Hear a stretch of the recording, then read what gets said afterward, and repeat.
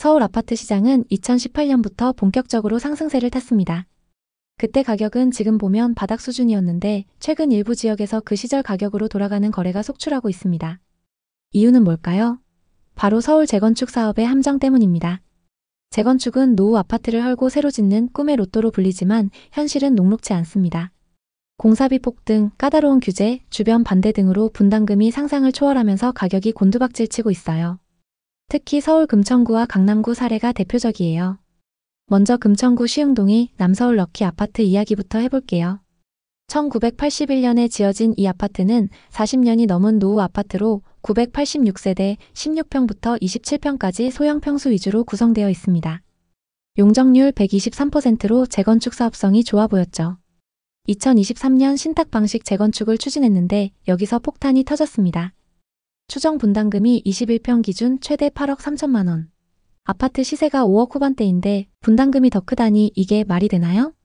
새 아파트에 입주하려면 집값에 분담금까지 12억 넘게 필요합니다. 과연 완공 후 시세가 이를 따라갈까요? 따라간다고 해도 비용이 너무 큰 건 사실입니다. 김민수 씨는 40대 중반 IT 회사 직원입니다. 2022년에 이 아파트 21평을 7억 8천만 원에 샀어요.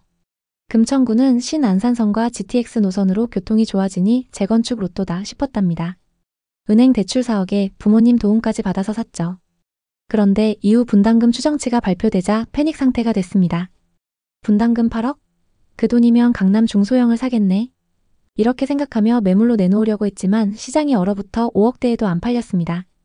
더 심각한 건 25년 6월에는 4억 8천만 원까지 떨어졌습니다. 김민수 씨는 재건축 믿고 뛰어든 게 인생 최대 실수라며 후회하셨어요. 왜 이런 일이 생겼을까요? 첫째, 공사비 폭등입니다. 2020년대 들어 철근과 시멘트 가격이 2배 이상 올랐고 인건비도 급등했어요. 둘째, 주변 학교 문제예요.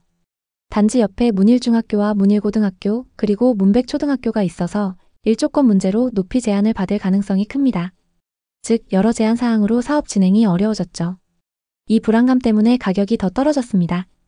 2022년 7억 8천만 원에 거래되던 아파트가 올해 4억대 후반으로 정확히 2019년 말 수준으로 돌아갔습니다.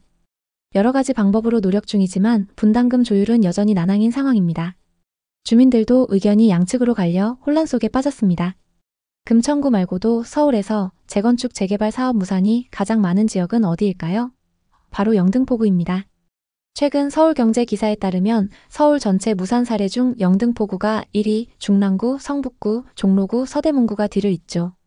이유는 사업성 부족, 주민 갈등, 시공사 미선정 등입니다.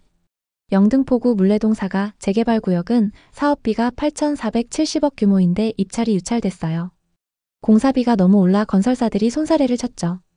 여의도 근처라 입지가 좋지만 재개발 기대에 투자한 분들은 지금 울상입니다.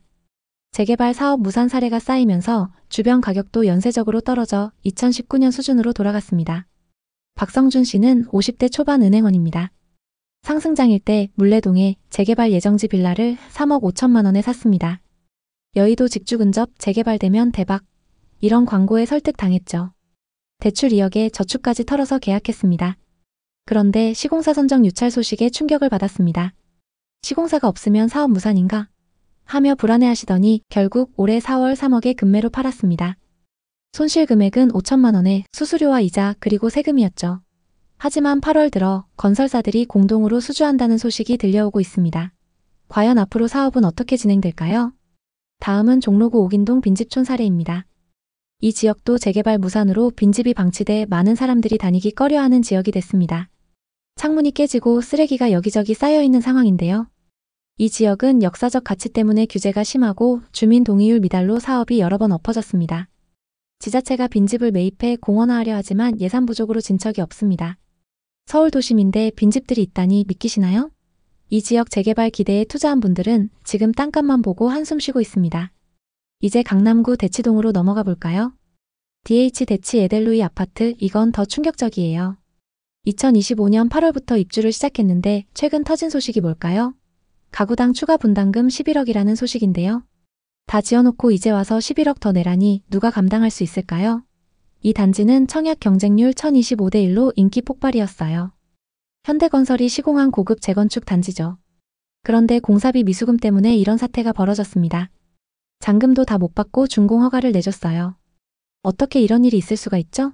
조합은 PF 대출 상환을 위해 2,300억 규모의 자금 확보를 추진 중인데 아파트 전체를 담보로 걸어야 해요. 모든 대출을 조합이 떠안는 꼴이죠.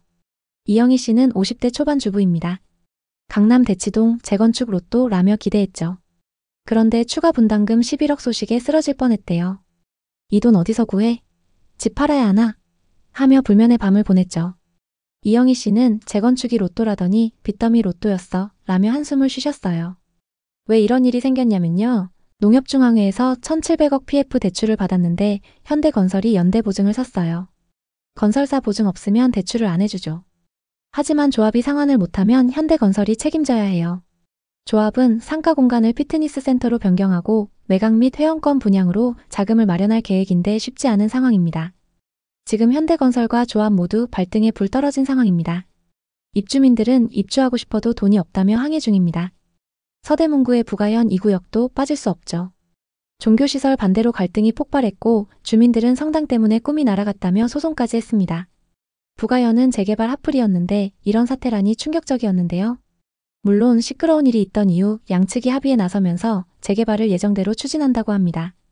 앞으로 사업이 어떻게 진행되는지 잘 지켜보면 좋을 것 같습니다. 용산구 한강맨션 아파트 사례도 빼놓을 수 없죠. 2003년부터 재건축을 추진했는데 2025년 상가 리스크로 문제가 생겼습니다.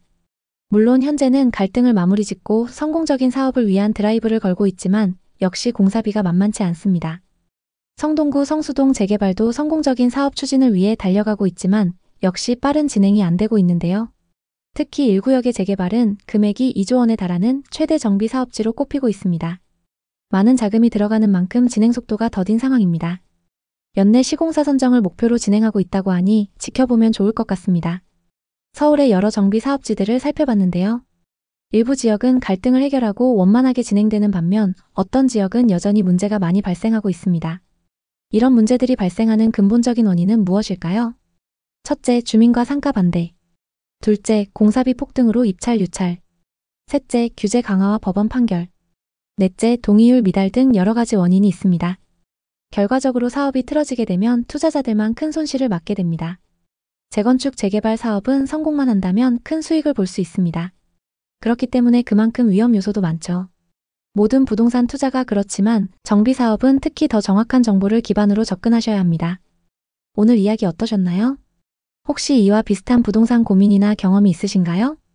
여러분의 이야기가 있다면 자유롭게 공유해주세요. 당신의 경험이 누군가에게 큰 힘이 될 수 있습니다. 오늘의 이야기에 공감하셨다면 구독과 좋아요를 눌러주세요. 오늘도 시청해주셔서 감사합니다. 다음 편엔 더 좋은 내용으로 찾아뵙겠습니다.